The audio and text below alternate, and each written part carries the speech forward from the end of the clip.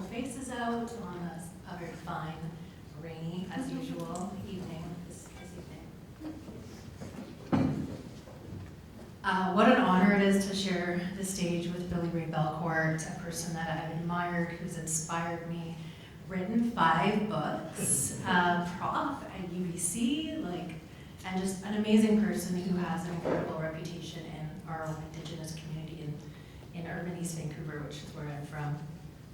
And thank you so much to all the organizers for having me here tonight. I've also never been in this building or at this university, but some of our best political pundits on CBC came from U of E. Simgiget Sigidimha na Gad Wilpsit Luam Godi we-GAK Atamayuksa Atam Wobaksun Lo Algia Tum Kbist Waya GICK-san Lakibu Wilp Wiik'aax. So I just said, again, it's an honor to stand before you today on this fine evening. And I also shared my name. So in our culture, we receive many names throughout our lives as Gitxsan people. We receive baby names, rites of passage names, marriage names, divorce names. And I received one of my names last year. And I received my name in preparation for the Little Get, for the feast where I would receive my name on the same day that I quit my job as a longtime radio reporter and television host at the national broadcaster. And so I get this email in preparation for the Little Get saying your Gitxsan name will be Lu'agia Tumkbist, which means woman who works in television and radio. The literal translation is, she told me, is talks in a box, talks in boxes. So I'm like, wow, I thought I was such an important person all these years, and it's just been diminished to talks in boxes.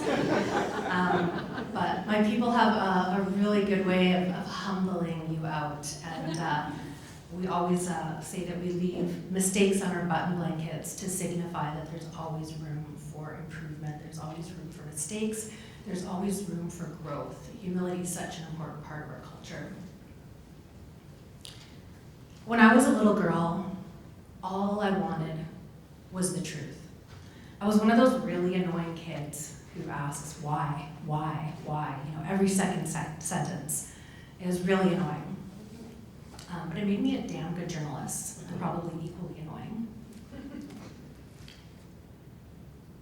I wanted to know why the discrepancies in the truth in this country.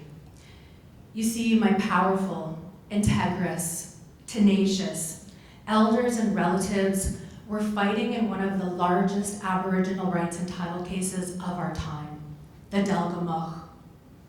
It was the etchings of the land back movement in this country. We weren't just battling land dispossession, but we are also hoping for recognition of our laws to be on equal footing with the colonial laws, those that had taken away so much: land, children, love.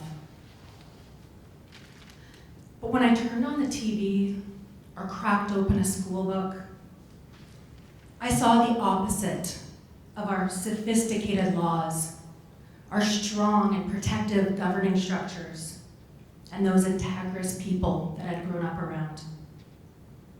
When I heard about the Delgamuukh and how it was written about on TV, in the newspaper, in school books, it was just riddled with stereotypes, and I don't need to repeat those stereotypes. I'm sure you know exactly which ones I'm talking about.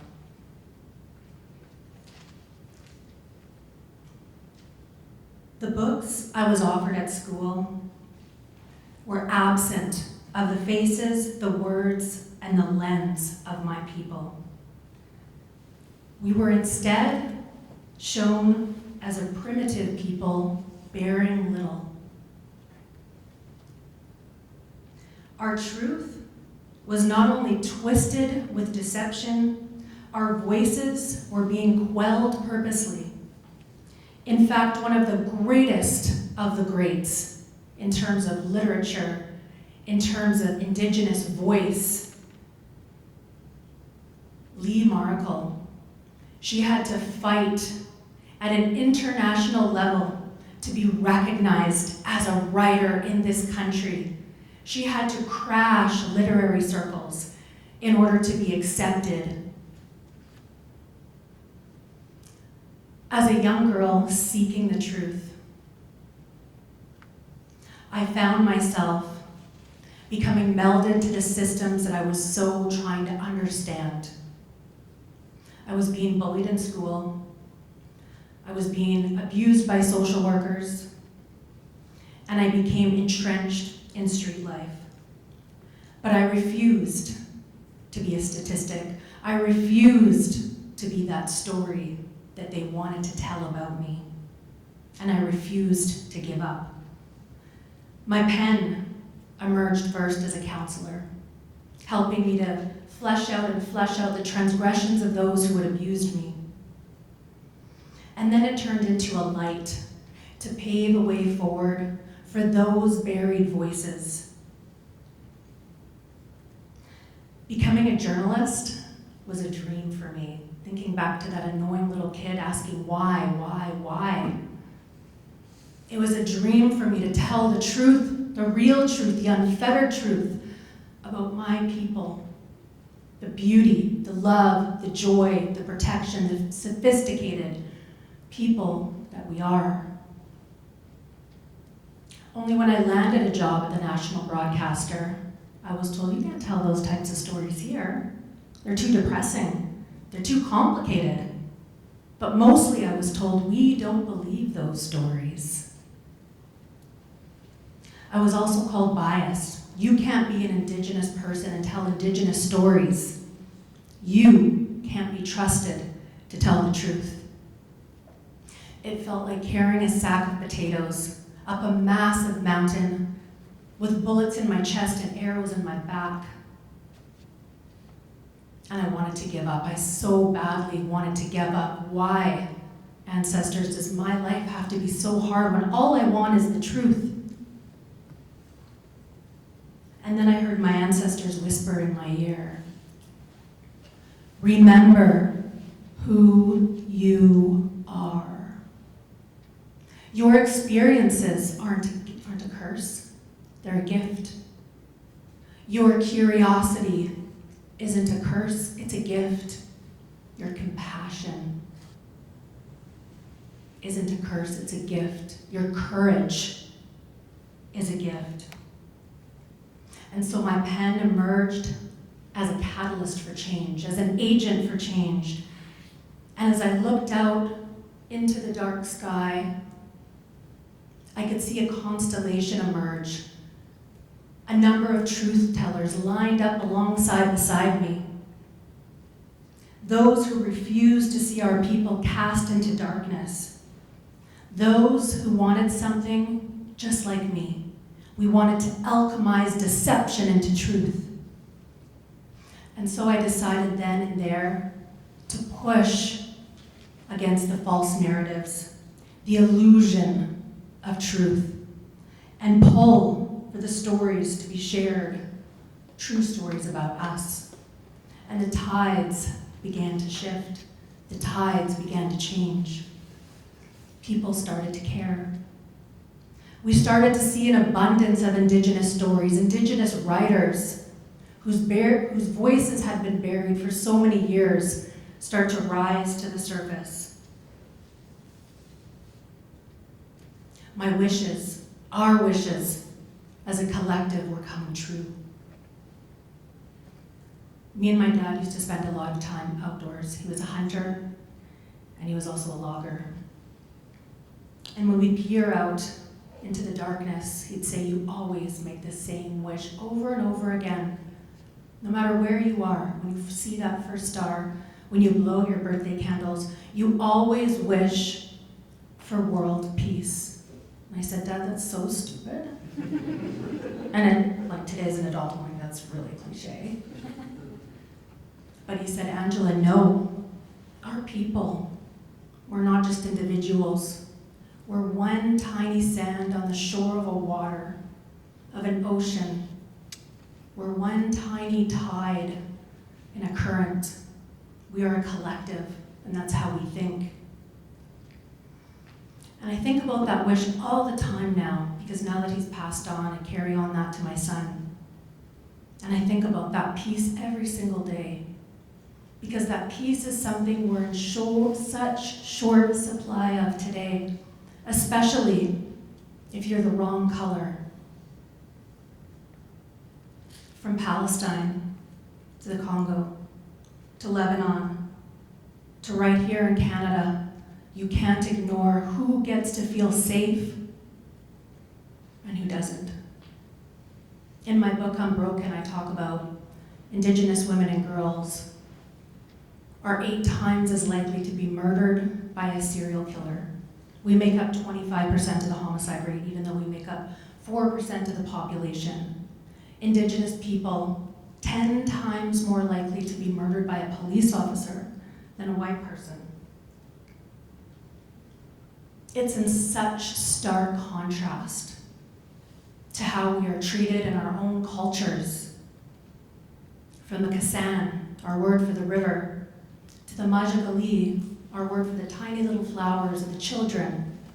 We protect every single member and being in our community. We sustained our people for tens of thousands of years. Our connection, our belonging, our stories are in our DNA. They're in our blood, they're in our bones. Sometimes we think about those who don't have that same connection to us, the connection to their land. All of us have that as our birthright. Where we come from, we all come from somewhere, we all have a people. But some people have forgotten who they are. They become so lost. They've adopted the laws of the colony as their own and become colonized people. They become, in essence, captured by the colony. Indigenous people, no matter how far away we are from our people, from our home, from our land, we will always make our way back in our hearts or with our feet. So how do we get to that connection, that belonging, that peace in Canada? It's through the power of story, of Indigenous stories, like I'm sharing with you right now. Believing Indigenous people. But right now, it's not just about reading our stories and uplifting our stories, our books, it's also about speaking up. We are living in a period right now, and I'm sure no one can argue with this, of mass deception. We are living in a time where our critical thinking is more important than ever before. Just the same as is our compassion, our curiosity, and our courage.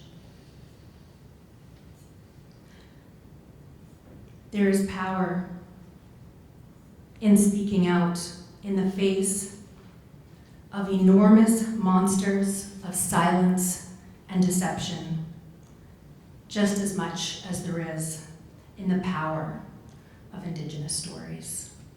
Thank you.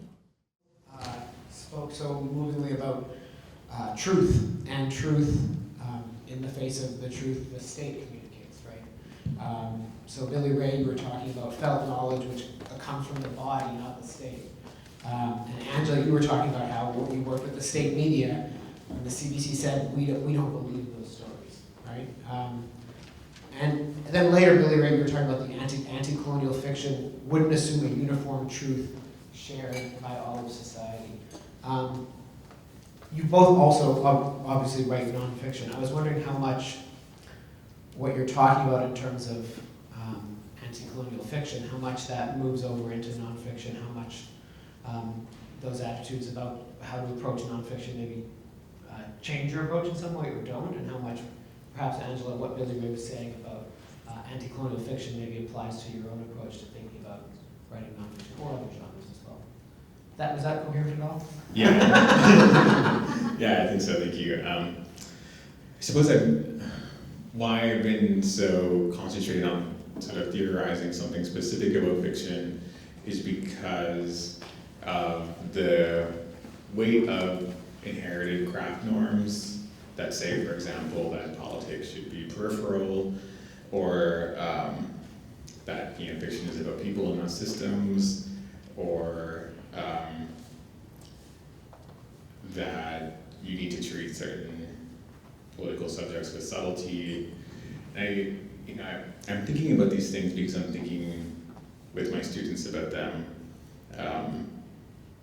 and how we do the work of imagining how we, through our writing, through creative writing, can share in the desire for another world, or to believe another world is possible. I think there's something specific about fiction that interests me, sort of differently affective. But I do think a lot of what I've said can apply to nonfiction, and in my own nonfiction work, I feel like I'm able to be more direct. In fiction, again, you just sort of, with a certain degree of subtlety you have to work with, and there is a certain freedom in nonfiction where I can just be like, this is how I feel.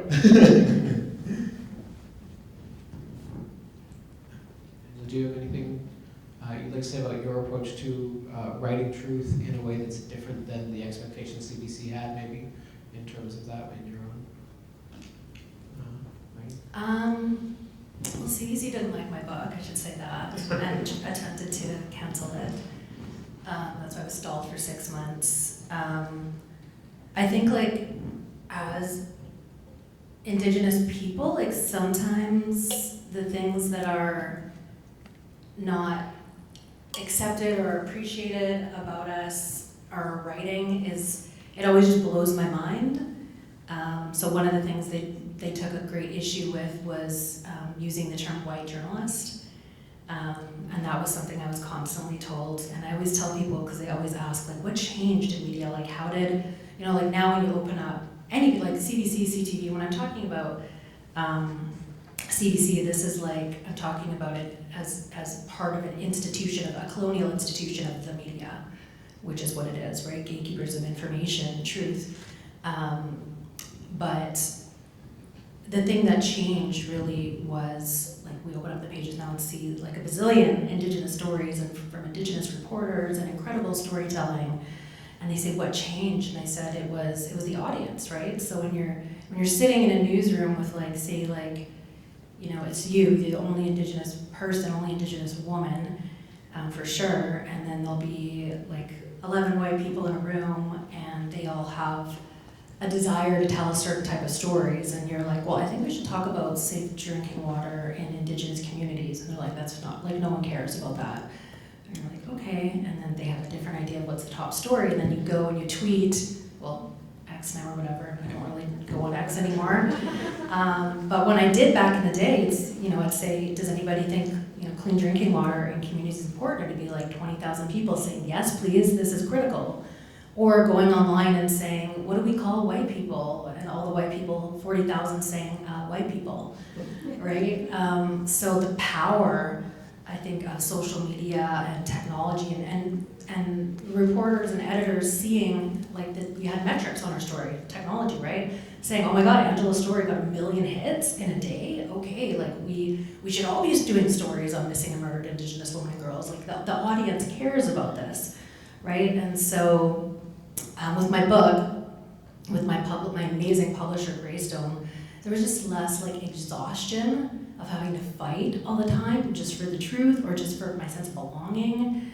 And just I wrote it in 7 years. I only have one book. I'm, like, nowhere compared to Billy Ray with 5, but it took me 7 years to write that one book. So having the space to, like, take a minute and breathe, right, and not rush, in the news culture.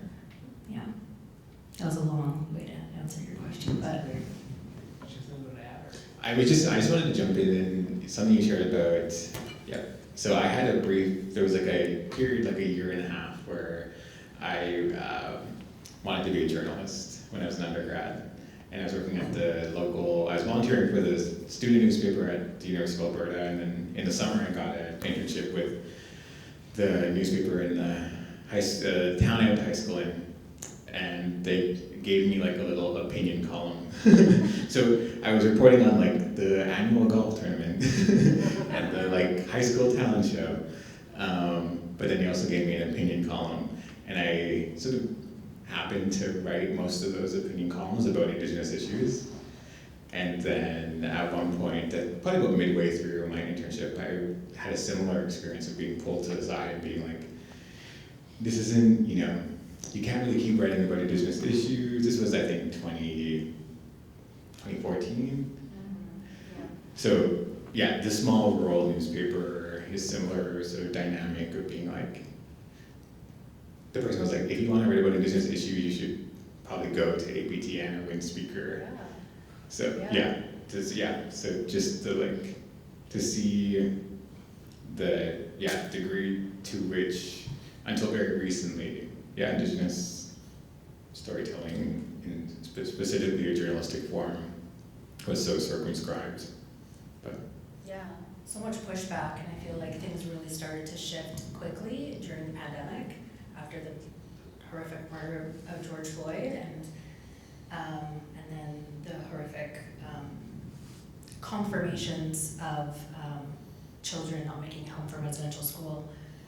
There was a shift, right? And I feel like, we need more of those stories, like our audience wants to learn. And I was like, I wonder how long this is gonna last. You know, is this gonna be 2 months or 4 months or, and then I could feel after people started coming back to work, stuff started actually going backwards.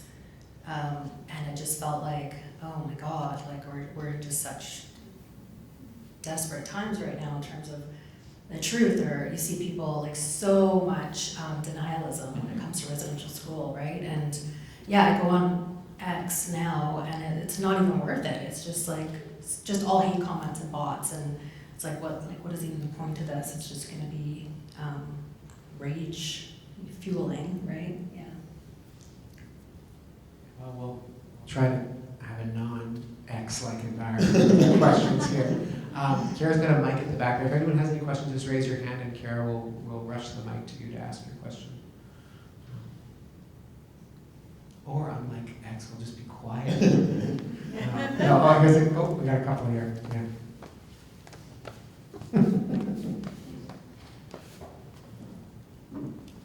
My question is for Angela. I'm someone who's still relatively new into podcasting. I host a show every Tuesday morning. I just kind of wanted to get your advice on what I can do to improve my speaking and shorter segments, and my other question is, what advice would you have for other people who want to get into podcasting? It's a great question. As you were talking, I was like, what do you do? My friend Dave is here, and he reminded me of something. He told me I was doing modeling for the first time, and that's not my wheelhouse at all. It's super not my interest either, but my friend Jolene Mitten was like, you model for me for this Indigenous Fashion Week thing. I'm like, of course, I have to say yes. And she was kind of telling me to walk like a model, right, and do this horse trot, and I was like, okay, this is weird. And he's like, don't do that. And then I was like, should I do this? And I was just joking around, being myself, right, just being silly and funny and badass. And he was like, do that. And it's kind of like with your podcast voice, just be super yourself, right? Just be weird, or don't be afraid to, because you're the only you, right? And that's interesting. That's super interesting. And also one thing that I love about podcasting that's so different than say TV or even radio, even long form radio, is that you're kind of, for whatever reason, I don't know why, but you're allowed to have a connection to the story. In fact, that's desired more. I think it should be desired everywhere more, because then you have authority on the issue, right? But for some reason, podcasting, you want that. You want to be I am telling the story because I've lived this, or I grew up in this town, or I've done this my whole life, or this is my brother even. I know true crime stuff, they'll often do that, and it's super interesting. And then your other question was, I forget. It was advice for those starting to Oh, podcast? starting podcast. Yeah, so I'm trying to do a podcast right now in tandem with my next book, and I'm like, oh my god, because before I would just be like my broadcaster would just do all the work, right, with production and the tech and like all the team. Like I just had a whole team, so I'm trying to start one now, and the studio that I'm working with is like, we're all set up, we just need your tech expertise, and I'm like, what tech expertise? Like I don't know anything about that. So it's a whole world, and there's like I was working with this one fellow who was kind of giving me tips about like what platform to work with, and yeah, I can like forward you that. I don't even, yeah. I'm curious when you're talking about figuring out and modeling to just do your thing and be you. Was that something that came naturally to both of you as authors? Did it take you a while to figure out how to just talk like yourself or be yourself in your writing? Maybe you feel like you don't do that, but I'm curious about, was that like a quick lesson or was that a hard-earned lesson kind of? I mean, yeah, probably for me, I don't know, I feel like I was sort of just like thrown into the, the candlelit ring.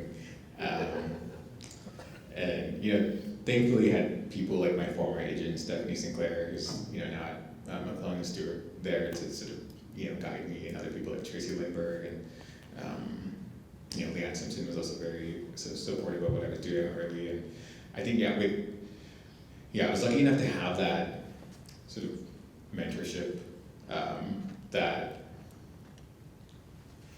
and it's hard to be like, have a substantial sort of, amount of mentors, but it's like, I think that helped me, protect my time and desires and vulnerabilities. Yeah.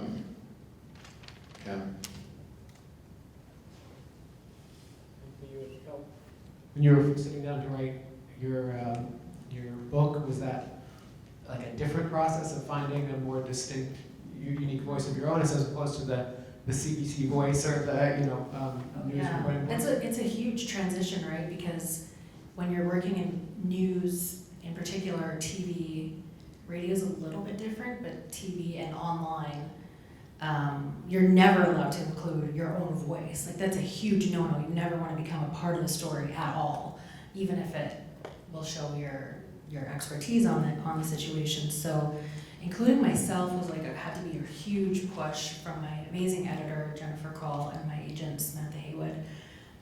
Like they were like, it's okay, it's okay, like you're not gonna get in trouble, you're not gonna get called to the office, like more of yourself, and it took so long to explain that to me, and they were like, listen, like when you include your own voice, you're gonna be like the anchor, right? That's gonna be able to walk people through all of these horrendous stories and actually sort of give people a vision of what it's like to be in the belly of the beast and to see how all of these systems collide with each other.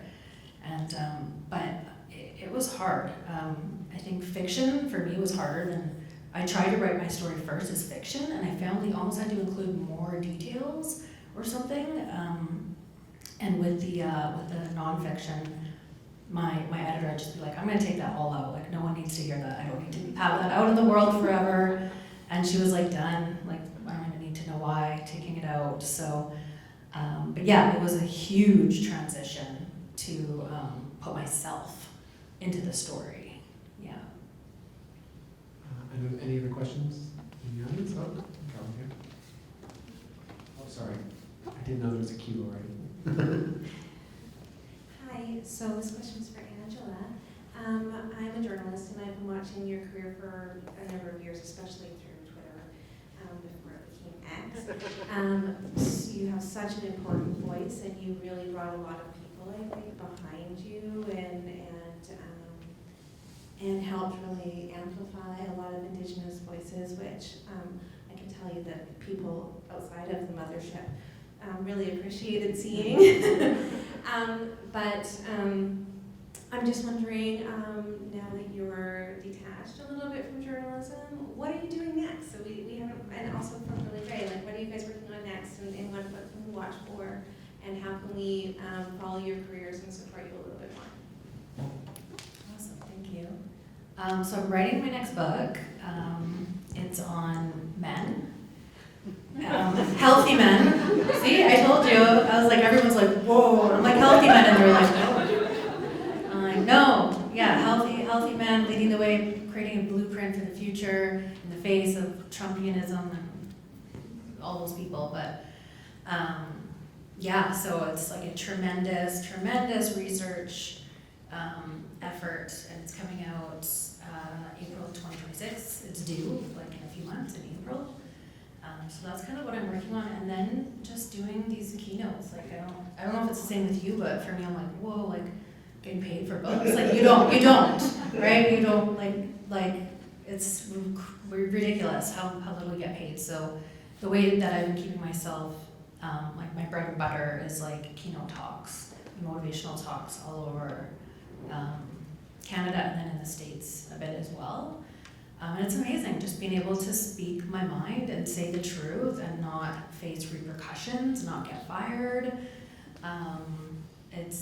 I show up and people like to see me in the room. That's always a bonus as well. So, yeah.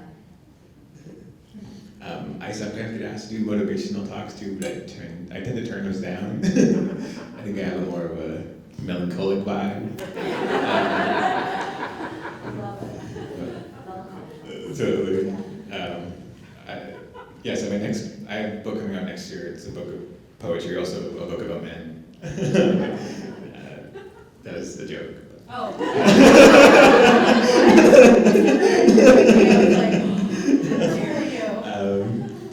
It's about men in the sense of like, gay stuff. Yeah. I love it. Other questions? Thank you both so much for being here. I also consider myself a writer, and I just was wondering if you guys had any advice, tips, or tricks on publishing for the first time. So this was actually the topic of one of the topics of my class earlier this morning. From the lens of like race and publishing and how publishing has historically held up a certain kind of author and a certain kind of readership, and how writers of color are sort of disadvantaged in like every single level. But it felt important to me to ask my students to think about, how, like what a literary life looks like outside of the publishing industry. In what ways are you engaging with the work of your peers? In what ways can you, participate in a community of other writers? Like those feel vital and urgent to me. I shared a bit about my own trajectory, and it started with self-publishing my own poems on a blog because I didn't know how to, participate in the literary world, and I think most editors would probably encourage you not to do that. But it led to the publication of my first book, so there's that. But I think in terms of like practical advice, like submitting widely and also like not letting rejections like hit you too hard. There's always going to be rejection. It's like how do we? I've had experiences too when I was first setting out as a writer. Like sometimes it was simply just deleting the email. Like I didn't need to engage with it. Other times I was thinking about like what constructively can I take from this, and it gave me a reason to revise. So thinking about revision as a long process that you're continuously participating in, and also celebrating the small victories. I don't know.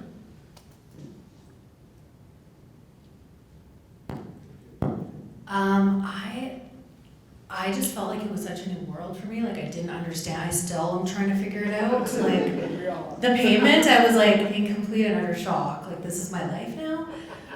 But I didn't really know anything about it. Like I didn't know what a competitive auction was. I didn't know like what an agent did. Like I'm still learning. Like like the translating, like books being translated into Japanese. I didn't know that someone has to come forward and be like, I want to translate this. Like it's I felt very much like a kind of fish out of water, to sound cliche, but I don't really have a lot of advice. I mean, Hilary Ray's written 5 books, so more of a person than me. I'm Write short books. still figuring it out. And you can write many Yeah. over a shorter period of time. But I like the idea that you were kind of touching on there of the publishing of the books is just one part of what a writer is. And I think the longer you're a writer, it becomes less and less important of a part. Like when you're starting out, you're like, I must have this book and that's what's going to make me a writer. But then as Angela's saying, like, I don't feel like I've arrived, you know, it's, I get the check and it doesn't feel like I have a new profession, you know. That there's this whole constellation of relationships that are happening there, and that the publishing of the book is just one part of that. And it's a hard thing to get people to think about, but I'm glad that you were talking about that.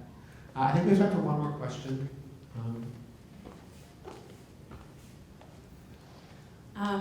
So my question is, as a writer, as like a person of color, queer-bodied person, Billy Ray, and then also Angela, like as an Indigenous person, like what gives you the, I don't know how else to say this, but what gives you the audacity to continue to put out this like vulnerable kind of revolutionary content where you're kind of exposing yourself in this way? Like what motivates you to keep doing it?